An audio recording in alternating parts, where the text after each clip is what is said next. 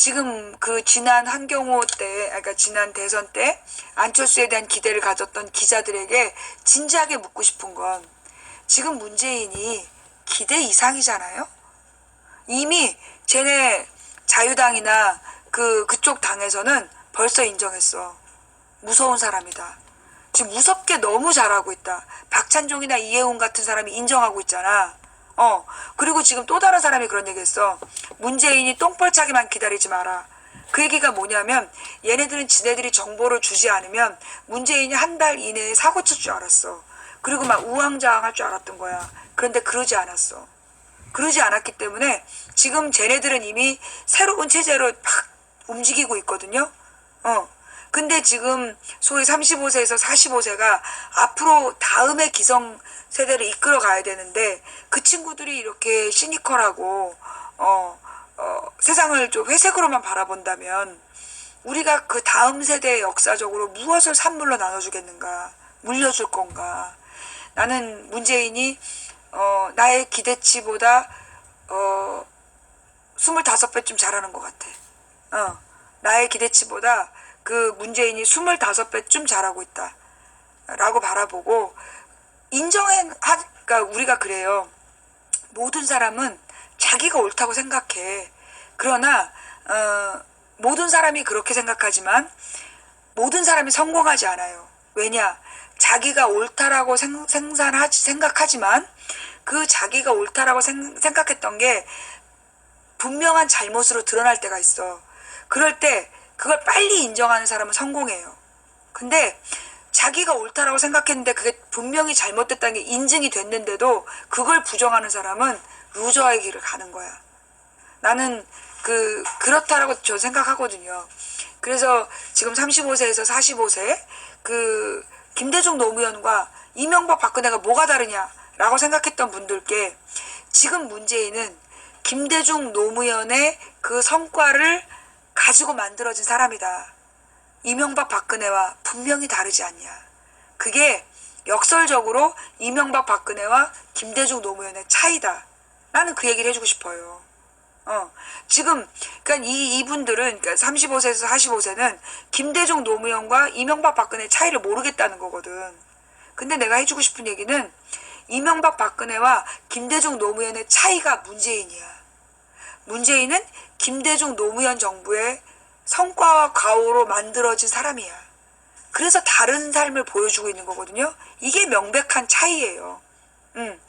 여러분이 그 김대중 노무현 때는 너무 어렸기 때문에 세상을 보는 그 시각이 완성되지 않았잖아요. 그러니까 그때 어떤 감상적 기억을 지금의 논리적 기억으로 고집 피우지 말았으면 좋겠어. 그래서 우리가 새로운 미래를 위해서 안철수를 지지했던 건 실수였다. 쿨하게 인정하자. 내가 홍준표를 지지한 게 실수였다는 걸 인정한 것처럼 우리가 쿨하게 인정할 건 인정하고 문재인이 기대치 이상으로 잘하는 건 기대치 이상으로 잘하고 있다라고 그냥 쿨하게 인정해주자. 그리고 기다리자. 반드시 깔 때가 온다. 반드시 깔 기회는 온다. 우리가 이기기 어려운 상대와 싸울 때 지지 않는 단 하나의 방법은 싸움을 끝내지 않는 것이다. 우리가 끊임없이 감시하고 기다리다 보면 문재인이 반드시 실수할 때가 온다. 그때를 위해서 포기하지 않고 기다리자. 그러나 지금 잘한 건 잘했다라고 얘기하자. 그래야 우리가 깔 때 우리의 깜이 난 그렇게 봐요. 지금 언론인들이 막 멘붕인 거야. 근데 내가 생각할 땐 그래. 잘한 건 잘했다라고 인정해줘야 잘못한 걸 잘못할 때 인정받는 거지. 근데 지금 잘한 걸 잘했다라고 객관적으로 인정하지 않으면서 못한 것만 얘기한다면 당신의 비판을 과연 누가 인정해줄까? 우리는 팩트를 얘기하자. 잘한 건 잘했다. 못한 건 못했다. 그래서 문재인이 내 인사에 대해서도 우리가 보다 더 분석하고 그래서 막 취재하고 망치가 뭐 이렇게 소설을 썼어. 정말 망치의 소설이 맞나? 취재해보고 그게 맞으면 그걸 소설로 그걸 기사화해서 역사로 남기는 거죠. 문재인의 초기는 이랬다. 근데 중간에 똥볼을 찼다. 우리가 우리의 비평이 받아들여지려면 잘한 건 잘했다고 인정할 필요가 있다. 또 지금 한겨레 경향 오마이를 까고 있는 분들께 부탁드리고 싶은 건, 한겨레 경향 오마이는 35세에서 45세 그 기자들만의 것이 아니에요. 그 이전 세대가 70대, 60대, 50대가 피와 눈물로 세워낸 민주 언론이다. 그런데 그들에 대해서 당신들이 가지고 있는 얼마 안 되는 그 경험으로 그 언론을 없애버린다라면 미국의 뉴욕타임즈 같은 그런 언론은 없는 거예요. 뉴욕타임즈도 한때 실수했던 거거든. 그러니 우리가 한겨레 경향 오마이를 우리가 역사적인 가치가 있는 한겨레 경향 오마이 프레시안 뷰스앤뉴스 민중의 소리 한겨레 21 주간 경향 시사인 미디어 오늘 시사저널 그리고 손석희 뉴스 뉴스 타파 이런 것들을 우리가 온전히 지켜낼 때 대한민국의 이 정의가 물결처럼 넘치는, 정의가 강물처럼 흐르는, 그리고 거짓이 진실을 이기지 못하는 그런 시대가 될 거다.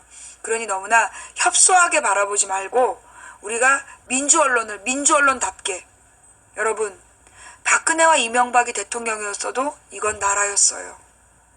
문재인이 나라를 나라답게 만든 것처럼 우리가 이제 한겨레 경향 오마이를 적극적으로 후원하고 적극적으로 의견 개진을 해서 한겨레 경향 오마이를 진보 언론답게 만들면 되는 거 아닐까요? 내 말 안 듣는다고 없애버린다면, 자기 말 안 듣는다고 없애버린 블랙리스트로 올려버린 박근혜와 뭐가 다르죠? 오늘 이야기는 여기까지 할게요.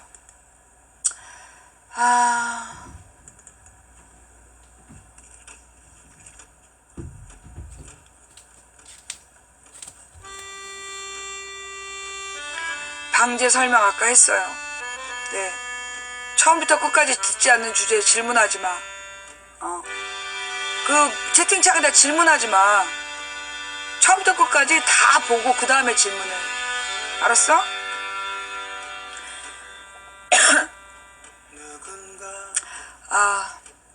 1박 2일 동안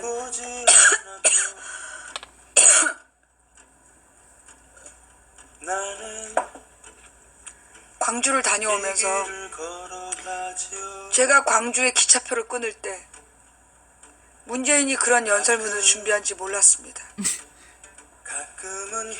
만약에 문재인 대통령이 어제 아침 그런 연설을 하지 않았다면 저의 광주 방문은 아무것도 아니었을 것 같아요. 그런데 그 문재인 대통령의 그 연설이 있었고, 그 뒤에 이 민주평화 기념관 그리고 자유공원 기념관을 우리가 돌아보면서 정말 광주의 의미, 그 광주의 의미가 뭐냐 하면, 저는 이제까지 광주를 여러 번 갔지만 진짜 이번에서야 깨달았어. 왜 사랑도 명예도 이름도 남김없이였던가. 광주의 역사는 어떤 위대한 영도적 지도자에 의해서 이루어진 게 아니라 정말 겁 많고 이름 없는 시민들이 매 순간 나갈까? 도망갈까? 피할까? 망설이면서도 그때 그 자리를 지킬 수밖에 없었던 그 이름 없는 시민들이 얻어낸 위대한 역사였다는 걸 저는 이번에서야 비로소 가슴으로 느낄 수 있었어요. 그래서 너무나 아름다웠던 이 문재인의 연설에, 제가 언젠가 문재인의 연설문을 한번 독해를 해서 보여드리고 싶은데, 문재인의 연설은 맨 처음에 개인에서 시작돼요. 광주를 무슨 역사적인 의미로 나간 게 아니라 이번에 이 기념식은 개인의 민주주의로 시작했어. 그래서 그 김소영이라는 사람을 안아주는 장면까지, 이게 이제까지 우리가 역사적인 의미와 가치 이런 걸 얘기했다면, 이번 이 광주 기념식은 개인이 겪은 광주를 이야기한 거야. 그래서 그게 하나하나로, 그러면서 이 광주의 진실을 밝히기 위한 열사들의 이름을 하나하나 읽어냈던 그 이야기들이요. 결론은 뭐냐, 우리가 맨 마지막에 그 관장님의 인터뷰, 그 관장님의 인터뷰는 뭐냐, 정말 겁이 많았던, 머리로는 무엇이 옳은지 알았지만 가슴으로는 두려워했던 지식인이 어떻게 이겨낸 5.18인가 그걸 느끼는 인터뷰였어요. 그래서 이 과정이 문재인 대통령의 연설문으로 시작해서 한 개인 그 관장님의 길고 긴 인터뷰 속에서 얻은 건 그들은 모두 우리처럼 겁 많은 소시민들이었다. 그런데 그들이 완전한 절대 공동체를 이루었던 건 그게 우리 한반도의 힘이구나. 그게 4.3의 힘, 아니 독립운동, 3.1운동, 독립운동, 4.3, 4.19 혁명, 5.18, 그리고 60항쟁, 그리고 이번에 촛불혁명을 이루어낸 2008년 광우병 문제도 이게 대한민국의 힘이구나. 이게 우리의 에너지구나. 이걸 우리가 해냈구나. 전 세계에 이런 사람들은 우리밖에 없구나.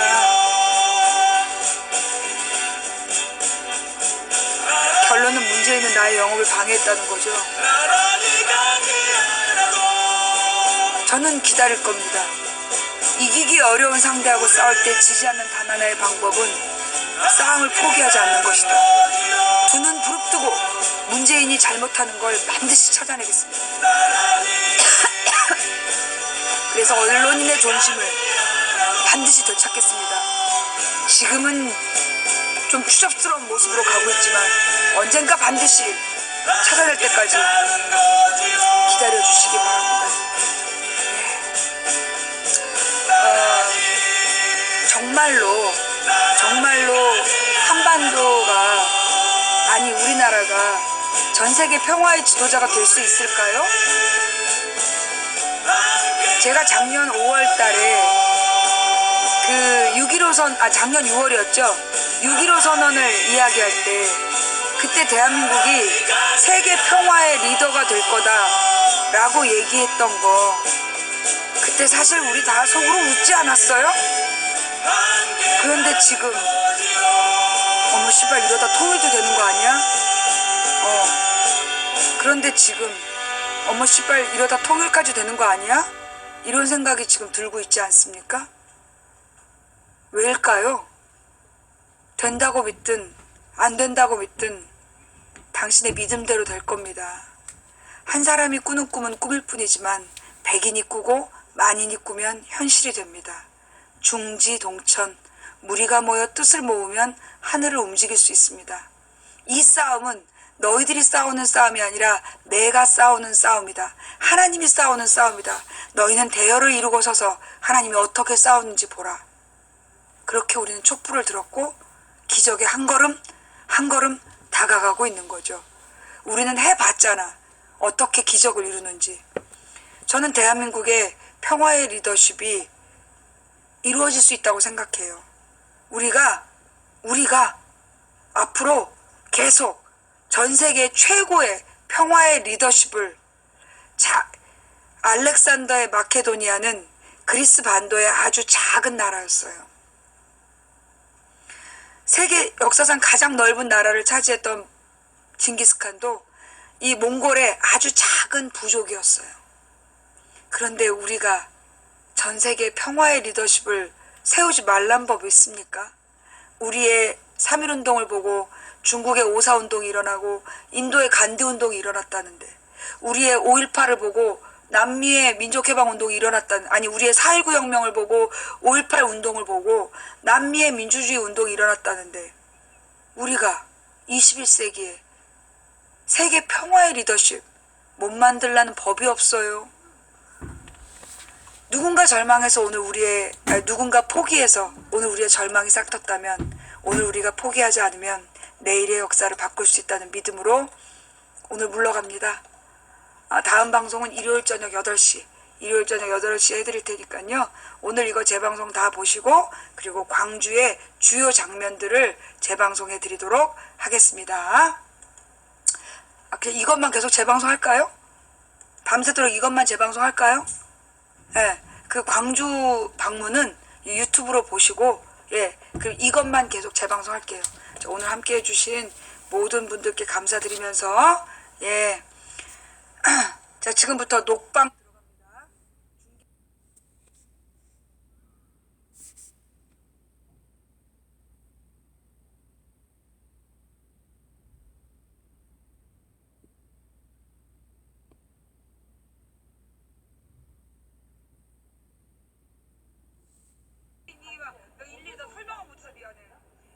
선지도 너무나 신선하고 진짜 이 고기가 진짜 신선.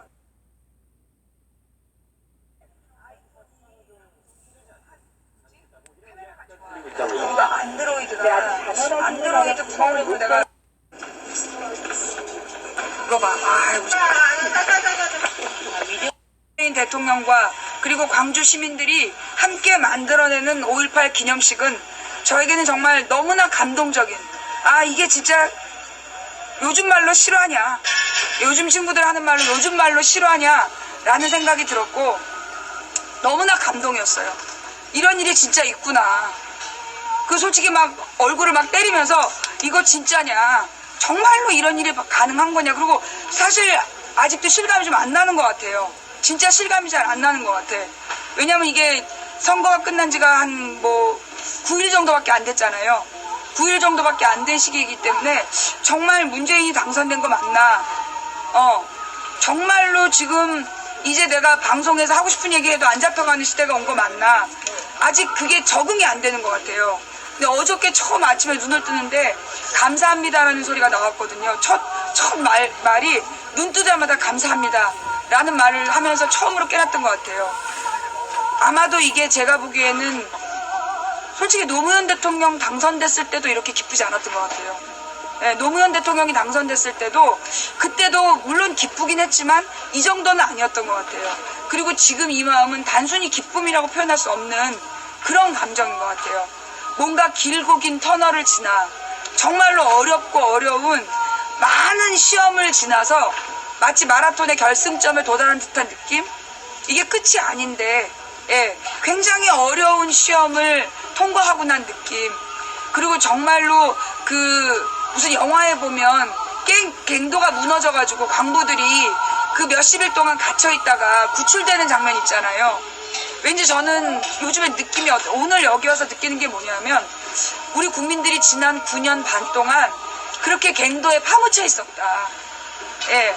이 슬픔의 갱도 그리고 이 분노의 갱도에 우리 국민들이 모두 거기에 이렇게 파묻혀 있었던 것 같아요.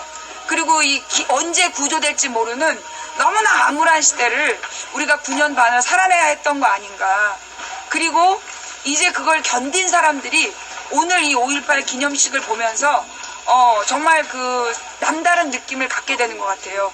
이게 사실 저는 김대중 대통령이 당선되는 거, 노무현 대통령이 당선되는 거, 그리고 최고의 인기였다가 최저의 인기를 찍고 물러나는 거, 그리고 노무현 대통령이 그렇게 비참하게 죽어갔었던 것도 봤고, 이명박이 박근혜가 대통령이 돼서 그렇게 잘난 척하면서 온 나라를 주물르는 걸 봤고, 이명박 박근혜에게 열광하던 국민들을 봤던 사람으로서, 그리고 제가 이 이명박과 박근혜가 이 정권 교체하는 시기에 감옥에 가 있었다라는 그런 빼도 박도 못할 그런 경험을 가진 사람으로서 오늘 이 5.18 기념식이 남달리 각별했던 것 같아요.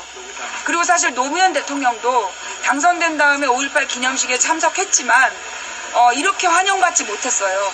처음에 첫 해는 환영받은 걸로 제가 기억을 하는데 그 뒤로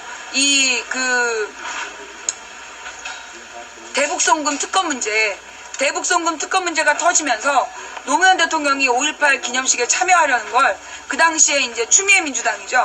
그쪽 사람들이 막 막고 못 들어오게 해가지고 굉장히 마지막에 참여했을 때는 표정이 정말 어두웠어요. 제 기억에 그래요. 그랬던 5.18을 경험하고 그리고 9년 반 만에 문재인이란 사람을 만들어냈는데 사실 문재인이 대통령이 될 수 있었던 건 저는 광주 시민의 결단이었다고 봐요. 이 호남 분들이 문재인을 찍어주지 않았다라면 아마 이 돼지발정제가 지금 대통령 자리에 앉아있을 수도 있어요. 아니면 정말 여러분 토론회 때 보셨겠지만 초등학생들한테 제가 항의를 받았어요. 초등학생에 비유했다고. 초등학생에 비유되는, 근데 초등학생보다도 못한 수준의 사람이 정치를 하겠다고 떠벌떠벌거리고 그 사람을 이 호남 분들의 지지를 받아서 대통령 시키겠다는 계획을 가졌던 그런 사람들에 의해서 정말 이 호남 분들이 얼마나 마음고생이 심하셨나. 그리고 작년에 총선 끝나고 제가 왔을 때 양동시장에서 만났던 광주 시민들의 불안한 눈빛, 너무 놀라고 충격받고 그리고 그 종편에 의해서 농락당해서 그런 결과를 보고서는 이 호남이 또 고립되는 거 아닌가. 사실 저는 그 당시에는 그 고립된 그 느낌이라는 것을 솔직히 잘 못 느꼈어요. 그런데 오늘 여기 이 광주 투어 버스를 타고 오면서 여기서도 사람이 죽었어요. 근데 죽은 이유가 뭐냐 하면 무슨 계엄군에게 저항하는 것도 아니고 전두환 개새끼라고 욕을 한 것도 아니고 그냥 광주를 떠나서 고향으로 돌아가려는 사람들을 그냥 길목을 막고 죽였다는, 소문나면 안 되니까. 그런 일을 겪었던 분들이 이 작년 총선을 보고 느끼셨을 그 감정은 우리가 지금 상상하는 것과는 많이 달랐을 것 같아요. 또 이렇게 광주가 고립돼서 세상 사람들로부터 비난받고 그렇게 끔찍한 일을 또 겪어야 되는가, 그런 고통과 회한이 몰려오는 표정이 아니었을까라는 생각을 해봅니다. 그게 작년에 저도 사실 굉장히 마음이 걱정돼서 왔다 갔는데요. 제가 이따가 충장로에 가면 정말 광주 시민분들께 제가 깊이 사죄를 드리려고 해요. 제가 광주 시민분들을 너무 몰라봤어요. 제가 광주 시민분들한테 너무 무식했고 제가 너무나 어리석었고 훌륭한 결단을 내리시고 이렇게 대한민국의 역사를 또 한 번 바꿔주신 주역이신데 제가 그만 작년에 와서 허튼 소리 하고 갔다고 진지하게 사과를 드리러 제가 충장로에 갑니다. 충장로에 가서 광주 시민분들한테 욕을 먹으면 욕 많이 먹을 거고요. 때리면 또 맞겠습니다. 전 맞아도 싸요. 1년 전에 정말 우리 광주 시민분들이 이렇게 멋있게 역사를 바꿔주실 줄 몰랐어요. 솔직히 얘기해서 이 대선이 시작됐을 때도 노무현, 이 문재인 대통령이 될 수 있는 가능성이 그렇게 크지 않았어요. 막 안철수 지지율이 턱 밑까지 올라왔고 실제로 지지율이 역전된 적도 있었기 때문에 실제로 문재인이 대통령이 될 수 있고 그리고 이 대한민국의 민주주의 역사를 새로 쓸 수 있을 거라고 사실 지난 한 40일 전에도 장담할 수 없는 상황이었어요. 그러나 우리 광주 시민분들은 멋있게 저 돼지발정제와 초등학생만도 못한 사람을 무찔르시고 문재인을 대통령 자리로 올려놓으셨습니다. 그리고 청와대에 들여보내시고 그리고 오늘 그 문재인의 입을 통해서 5.18 정신을 개정되는 헌법의 정신으로 넣겠다라는 공약을 다시 한번 약속받으시면서 그리고 많은 우리 젊은 청년들이 광주의 진실을 밝히기 위해서 곳곳에서 분신해갔던 그 역사를 하나하나 읊어댈 때 저는 대한민국에도 이런 대통령이 나오는구나. 그리고 우리가 불과 이 6개월 전까지만 해도 이게 나라냐 라고 얘기했던 거 기억나세요? 이런 나라 이민 가자고 얘기했던 거 막 기억나세요? 그런데 지금 전 세계인들이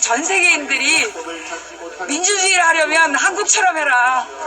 그런 그 기적의 이 언론들을 우리가 보고 있거든요. 그 중심지가 여기거든요. 광주 시민 여러분, 진심으로 존경합니다. 정말 감사드립니다. 그리고 우리 저쪽에 계신 우리 희생자분들께도 다시 한번 인사드릴게요. 저기에 누워 계신 우리 광주 시민분들이 아니었다면 대한민국의 촛불혁명은 없었을 겁니다. 그리고 문재인이라는 사람이 대통령이 되는 역사도 없었을 겁니다. 그래서 오늘의 역사를 만들어주신 5.18 희생 영령분들과 희생자 여러분께 마음을 모아 감사 인사를 드리고자 합니다. 감사합니다.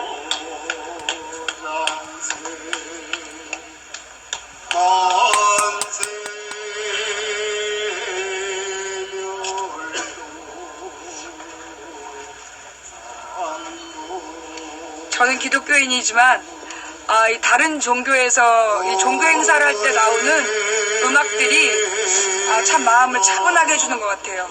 제가 마침 이 회개하는 순간에 이 원불교에서 나오는 저 음악이 이 어우러져서 더 감동이 복받치는 것 같습니다.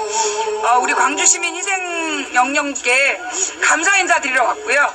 이제 충장로에 가서 작년에 허접스런 얘기해가지고 광주 시민들의 자존심을 기스냈던 1년 전을 회개하면서 광주 시민분들께 혼나러 지금부터 충정로로 이동해 가도록 하겠습니다. 자, 여러분 다시 한번 정리하면요. 송정역에 오셔서 4시간, 그러니까 17일, 18일 이틀 동안 운영된답니다. 그러니까 정시에 출발한대요. 그러니까 아마 9시부터겠죠? 몇 시부터예요? 8시 반부터. 8시 반, 9시 반. 근데 우리 아까 1시 차 탔잖아요. 그 시간대를 좀 올려주셔서요. 다음에는, 그러니까 이게 오늘은 오늘로 끝났거든요. 그러니까 이제 17일하고 18일, 17일하고 18일에 여러분이 광주에 오실 때는 송정역에 내려서, 그래서 그 셔틀버스를 타시면 여기까지 40분 동안에 오는데, 오면서 뭐라 그러나, 자유공원? 5.18 자유공원을 들르면서 거기 그 상무지구에 옛날에 5.18 당시에 그 육군 교도소 같은 데가 있었나 봐요. 그쪽으로 이 광주항쟁의 저항군들을 잡아다가 구속시켜 놨었던 그런 곳도 이렇게 돌아볼 수 있고요. 그 다음에 그 전대합 사거리, 그래서 5.18의 계기가 됐었던 그 전대합 사거리를 또 통과해서, 그리고 이 담양으로 가는 이 망월묘역으로 오는 길에 여기서도 사람이 많이 죽었어요 라는, 집으로 돌아가겠다고, 담양에 있는 집으로 돌아가겠다는 사람들에게 갈 수 없다 라고 길을 막고, 그래서 어쩔 수 없이 등 돌리고 광주 시내로 돌아가는 사람들 뒤에다 총을 쐈다는 바로 그 길목을 통과해서 우리가 여기 광주 국립 5.18 묘지까지 오게 된 거거든요. 그래서 여러분들이 자녀들과 더불어서 요 코스로 오셨다 가시는 거 괜찮은 것 같아요. 첫 번째 셔틀버스를 제가 오늘 처음 탔고요. 사실은 저한테 굉장히 많은 분들이 광주 오면 태워주시겠다, 밥 사주시겠다, 태워주시겠다. 제가 일일이 다 답변 못 드려서 죄송하고요. 여러분들의 마음 제가 다 받아서 오늘 이 셔틀버스를 타고 우리 3,794분의 시청자분들과 더불어서 오늘 이 광주 5.18 특별 여행을 진행하고 있습니다. 지금 다시 이동을 해서요.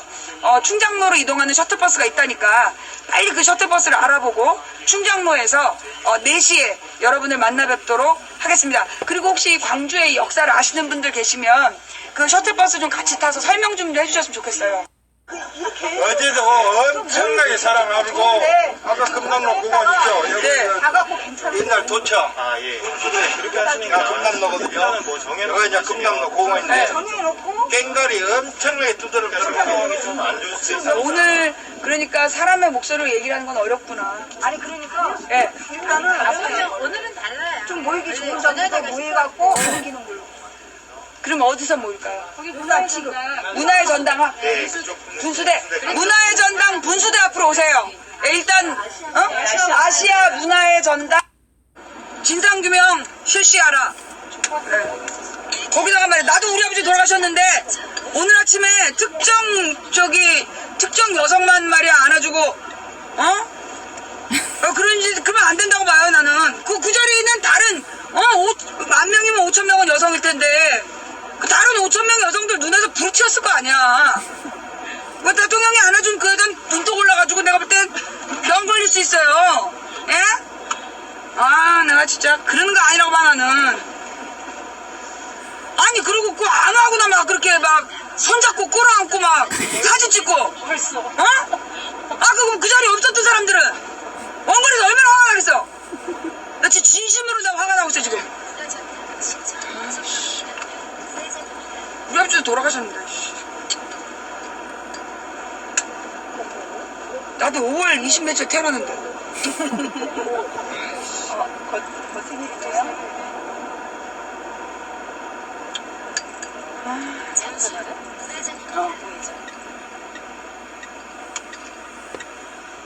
족발만 하냐? 막국수도 먹었더라. 내가 문재인 된 다음에 내가 이제 생계가 위협이 돼가지고 나도 옛날에 막국수하고 족발 같이 시켜 먹었어. 이제는 이제 먹고 살기가 어려우니까 내가 이제 8,000원짜리 그냥 족발만 딱 시장에서 사다 먹는 거지. 라면도 좋아하는데. 요즘 살맛이 안 나. 혹시 다른 데서 오신 분이세요? 네? 다른 기분. 아니요, 저기 그죠? 살아요. 왜 안 한 거야, 저 사람들이? 이런 거. 안 돼. 이러시면 안 돼요. 자, 집중. 당연한 일을 너무 새롭게 받아들여. 맞아요. 네. 당연한 거죠. 그렇죠. 예. 뭐 문재인 지금 하고 있는 게 뭐 특별히 잘한다기보다 그냥 뭐 10년 전에는 그냥 상식이었어요. 예. 아, 정신을 잘못하면 잃기 때문에.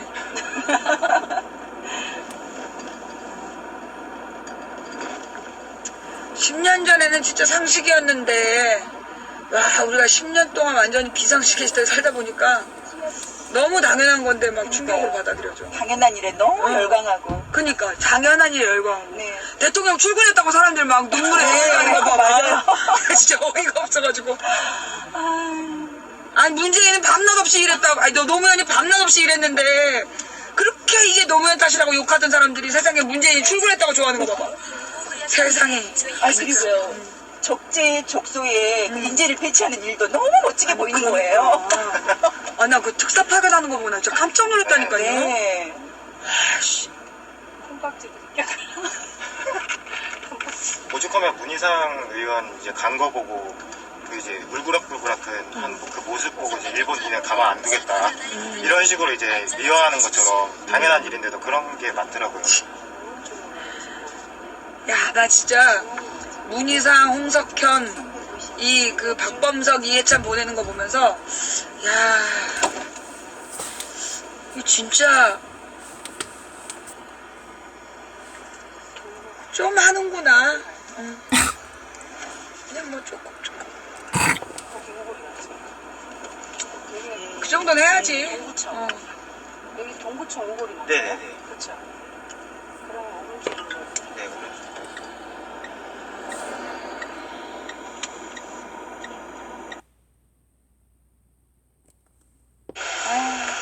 그런 거 물어볼까? 네, 한번 물어보시고. 어머님 안녕하세요. 혹시 육전을 먹을 수 있는 데가 있을까요 지금? 지금 파는 데 없어요? 그 시장 안에서. 끝에. 아, 예. 그래요? 감사합니다. 많이 파세요.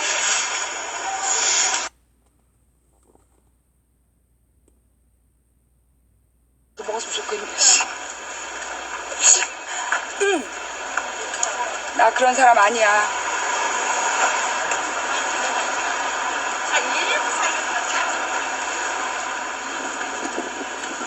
나 무한도전 찍고 있어 지금. 있던 곳인데 저기 지금 그러니까 유리가 없는 곳들이 네, 막혀져 있지 않아요. 막혀져 있지 않은 곳들이 그 주교님이 내려다보시면서 이 상황을 목도하시고 가슴 아파하셨던 곳이다. 지금은 여기가 5.18 민주화운동 기록관으로 여기 가시면 그 5.18 관련한 기록문이라든가 뭐 예전에 주교님 계셨던 거 전부 다 그대로 재현해서 전시를 하고 있으니까 많이 와주시면 그런 곳이래요, 여러분. 네. 여러분 지금 우리가 예상치 못한 아니 그러니까 오늘 이거 걸어가기로 한 거 진짜 잘한 것 같아요. 야 이거 진짜 오늘 이거 왜 이러는 거야 이거 지금? 자 계속해서 이제 또 걸어가면서 그러니까 저기 지금 그 당시에 주교님의 집무실이 그대로 재현되어 있다. 네. 거기서 이제 직접 이제 이 도로를 내려다보게 되면 이제 지금 이제 차가 다니는 공간인데도 불구하고 이제 그때 당시에 심정이 좀 느껴질 수 있을 만한 그런 공간이니까. 차가 다니고 있죠. 여기에 가득 메운 광주 시민들이 그 학살범들하고 같이 맞서서 싸웠던. 근데 이 프랭카드는 그 당시에 그냥 역사를 지금 재현해 놓은 건가 아니면 지금 이제 5.18 때문에 계속 87년 대리정치를 넘어 이게 무슨 얘기냐면 전두환이 이제 대통령을 직접 선거가 아니라 간접 선거를 하겠다고 선언을 했는데 이걸 87년 민주항쟁으로 그 직접 선거로 만들었잖아요. 그 얘기를 하는 거네. 그 다음에 1997년 이때가 김대중 대통령이 당선된 때인데 그때가 결국은 신자유주의 정권이었거든요. 왜냐면 IMF 체제 하에서 수립된 정부였기 때문에 여기는 이제 신자유주의를 그 기치로 내걸고 시작을 한 거죠. 그래서 이제 그걸 비판적으로 97년 신자유주의를 넘어 평등 세상으로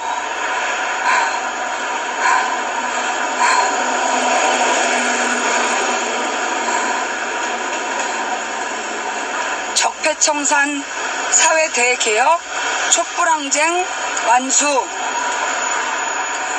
5월이 꿈꾸는 새로운 나라로. 저 건물이 그 문제에 헬기 사격을 받았다는 전일 빌딩. 전일 빌딩. 네. YMCA 건물은 뭐예요? 아, 여기 앞쪽으로 왼쪽으로 아. 저희 진행하는 방향 쪽에. 쪽에 있고 네네. 이것도 여기가 지금 헬기로 공격받았던 바로 그 건물이다. 네네. 그 헬기로 사격한 적이 없다고 전두환 일당이 계속 37년 동안 주장해 왔지만 결국 그 헬기 사격 지시를 내렸던 문서가 발견이 됐죠. 엊그저께. 예. 바로 그 건물. 이제 그 당시에 이게 가장 높은 건물이었기 때문에 여기를 그 총으로 저 고층을 쏠 수 없었다는 거예요. 그래서 그 당시에 헬기로 난사했다. 그런 주장을 피해자들이 했지만 37년 동안 사실이 아니라고 주장해왔던 거죠. 근데 문재인 대통령이 들어서고 얼마 전에 그 문서가 발견됐어요. 실제로 지시를 내렸다는, 사전 모의하고 헬기 사격을 지시했다는. 이쪽에 지금 진행하시는 방향이 금남로고 오른쪽이 이제 충장로. 아, 네, 이쪽에 가시면 이제 그 광주에서 이제 그 유명한 공용할빵이라고 네. 운전대가 그런 것도 판매하거든요. 아, 아시는 분들은 아마 아시지 않을까. 이게 충장로 1번입니다. 아, 여기 충장로 우체국가 맨날 데모하는데. 데모 많이 하고 많이 찾아오시는 거죠. 예. 그 다음에 우리가 가고자 하는 데가 분투대. 있다. 우리끼리 문화재를 한다. 예, 아니, 나는 모자를 쓰고 왔기 때문에 괜찮은데, 일단. 시장 곳곳마다 예기치 않게 여러분들과 함께 하신다는 거 말씀드립니다. 시민 군상을 이렇게 전시장 곳곳에 배치해놨다. 그다음에 다른 전시 5.18 관련된 추모관 기념관과는 조금 다르게 광주에 좀 아픈 참사, 희생자 이런 분들의 어떤 사진 이런 것이 이제 좀 시작 초입 부분에 그런 것보다는 이 광주 정신, 민주평화 인권이라고 하는 정신에 공감하시고 또 이 아시아에서 세계적으로 그 인권운동이나 또 시민단체, 가족 여러분들이 미소로서 이 전시 마지막 끝에 방명록처럼 사진을 찍는 공간이 있어요.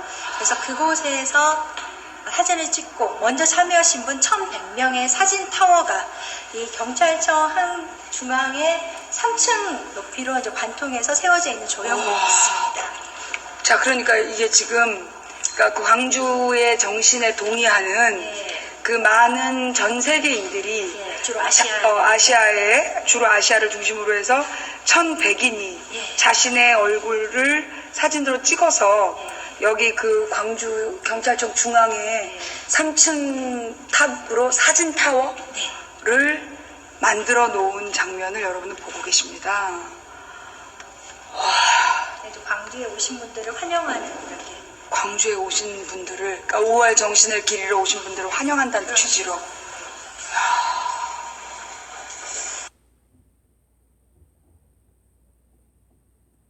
이야기들이 또 저희가 함께 참여하는 그런 공간입니다. 여기 보면 벽에는 5.18 민주항쟁의 어떤 들끼리 모여서 금남로 2가 3가에 5천여 명, 금남로 3가에 3천 명의 운집회, 군경과 공방을 계속했고 오후 4시 3만 명으로 늘어난 도청 인근 시위대는 드럼통과 화분대 등을 굴리면서 군경의 저지선을 접근했다. 밀고 밀리는 공방전 가운데 날이 저물 무렵 금남로 전체에 한 줄기 빛이 길게 파고 들어왔다. 오후 6시 무등 경기장에 택시 100여 대가 집결, 대여섯 대의 버스와 트럭을 앞세우고 요란한 경적 소리와 함께 도청 앞 관광 호텔까지 지출했다. 이 민주 기사들의 차량 시위는 광주 5월 사사의 첫 번째 변곡점을 이룬다. 맙소사. 그래서 그 헤드라이트를 헤드라이트 켜고 경적을 울리면서 여기가 이제 우리 그 시위 차량이고요. 이쪽이 군용 지프로 이제 대변되는 그쪽 여러분들의 이 대치 상황, 팽팽한 긴장감을 관람객들이 한번 걸으시면서 체험하실 수 있어요.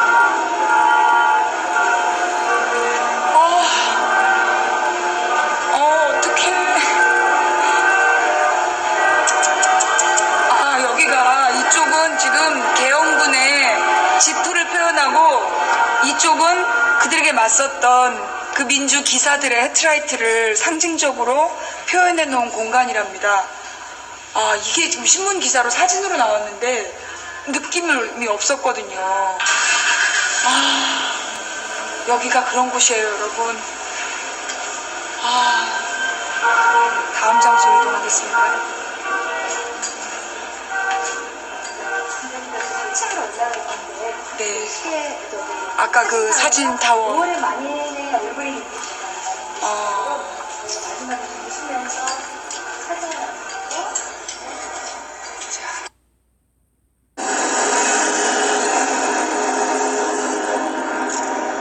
광주만의 투쟁이 아니었네.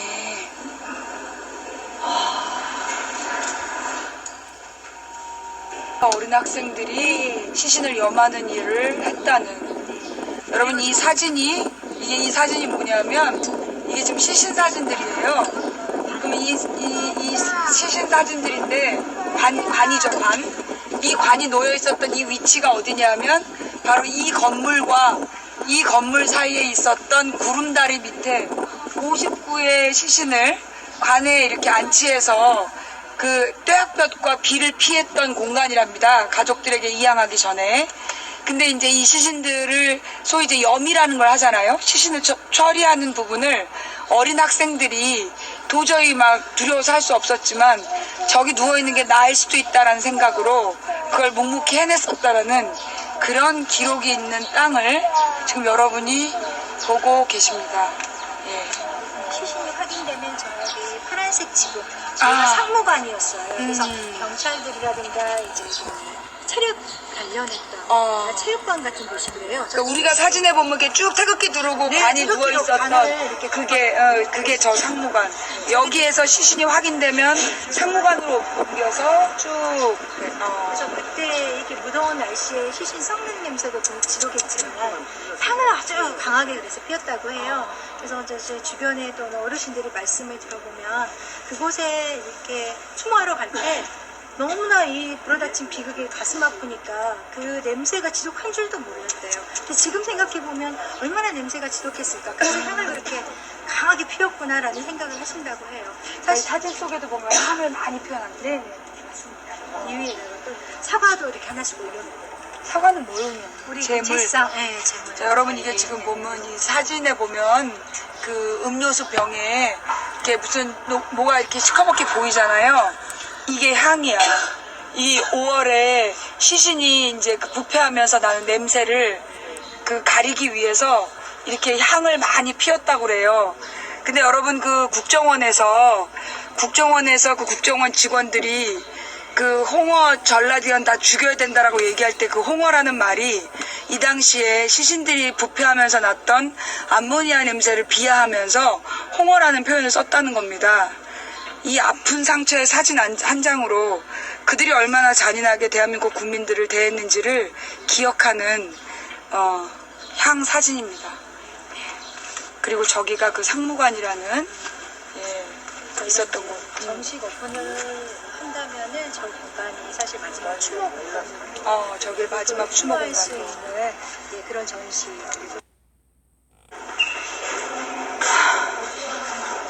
네. 새벽 창가. 5월 26일 날 이미 이제 27일 날 계엄군들이 네. 쳐들어올 걸 이미 알고 있었어요. 네. 그래서 26일 날 저녁에 이 어린 학생과 여학생들이 저희가 집으로 돌려보내고 그때 너희들은 이 모든 걸 지켜봤으니 증인이 되라. 우리는 오늘 죽을 걸 안다. 우리는 오늘 패배할 것이다. 하지만 내일 역사가 우리를 승리자로 만들어줄 것이다. 이런 마음을 가지고 끝까지 총을 가지고 이 가장 높은 곳에서 더 멀리 내려다볼 수 있으니까 이쪽 앞쪽으로 이렇게 쳐들어올 거라고 생각을 하고 창가에 있었을 그분들, 새벽 창가라는 작품으로 5월 27일 새벽까지 남아있던 사람들의 목소리. 5.18 민주화운동 마지막 날 27일 새벽, 계엄군의 작전이 개시되었습니다.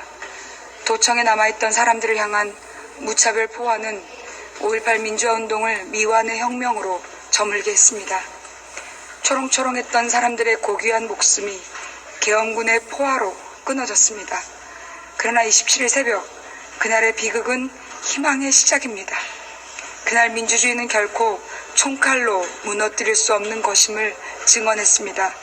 그날의 정의는 결국 승리한다는 것을 보여주었습니다. 마지막 날 27일은 새로운 시작의 27일입니다. 새벽까지 남아있던 사람들은 그저 평범한 시민이었습니다. 네. 직접 시민들이 이 시민들이 밖을 내려다볼 수 있게. 예. 그래서 그날에 그들이 느꼈어요. 여러 가지 생각들을 한번 경험해볼 수 있게. 이거는 뭐죠? 예. 여기도 이제 그때 당시 그 증언호집에서 증언호집에서. 마지막까지 남았던 분의 증언. 이게 마지막 날의 증언들이구나. 얼마 후 갑자기 누구인가 계엄군이다 하고 소리쳤다. 동시에 M16이 날아왔다. 순간적으로 공포탄을 쏘고 도망을 하려 하는데 나의 오른쪽 허벅지를 관통당해 나는 그 자리에 쓰러져 버렸다.